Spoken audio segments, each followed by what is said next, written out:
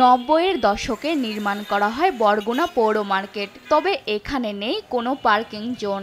মার্কেটের ক্রেতা ও ব্যবসায়ীদের অভিযোগ, পরিকল্পনাহীনভাবে নির্মাণ করা হয়েছে এই মার্কেট। এ কারণে বাধ্য হয়ে যানবাহন রাখতে হচ্ছে রাস্তার উপর।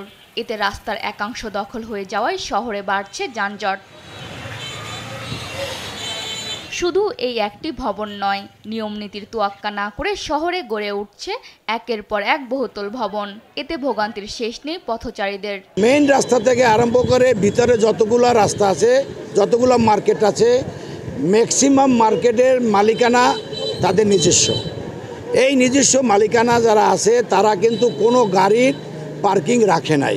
আমাদের এখানে পার্কিং কোনো জায়গা নেই, যার কারণে পার্কিংয়ের জন্য যে গাড়ি রাখা হয় তারপরে স্পেস থাকে না, কাস্টমার উঠতে পারে না, একটা রিক্সা রাখতে পারে না। কাস্টমারের ভোগান্তি প্লাস দোকানদারদেরও ভোগান্তি।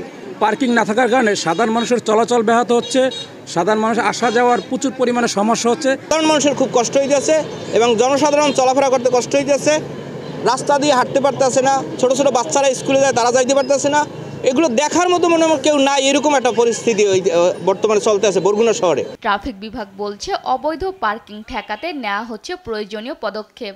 অন্যদিকে পরিকল্পনা বহির্ভূত স্থাপনা নিয়ে যথাযথ ব্যবস্থা নেওয়ার আশ্বাস পৌর প্রশাসকের। যে অংশটাতে যানজট হয়, বিশেষ করে মাছ বাজার থেকে মিজান টাওয়ার অবধি, আমরা খুব আমাদের সদস্য যারা আছেন তারা আপ্রাণ চেষ্টা করে যাচ্ছেন এবং প্রতিনিয়ত যেসব অবৈধ পার্কিং আছে তাদের বিরুদ্ধে আমরা ব্যবস্থা নিচ্ছি এবং এই প্রচেষ্টা আমাদের অব্যাহত থাকবে। দেখেছি যে ইতিপূর্বে অনেকগুলো প্ল্যান বহির্ভূত অনেক ভবন গড়ে উঠেছে, তো সেইগুলোর বিরুদ্ধে আমরা আইনানুগভাবে তাদের বিরুদ্ধে আমরা ব্যবস্থা নিব।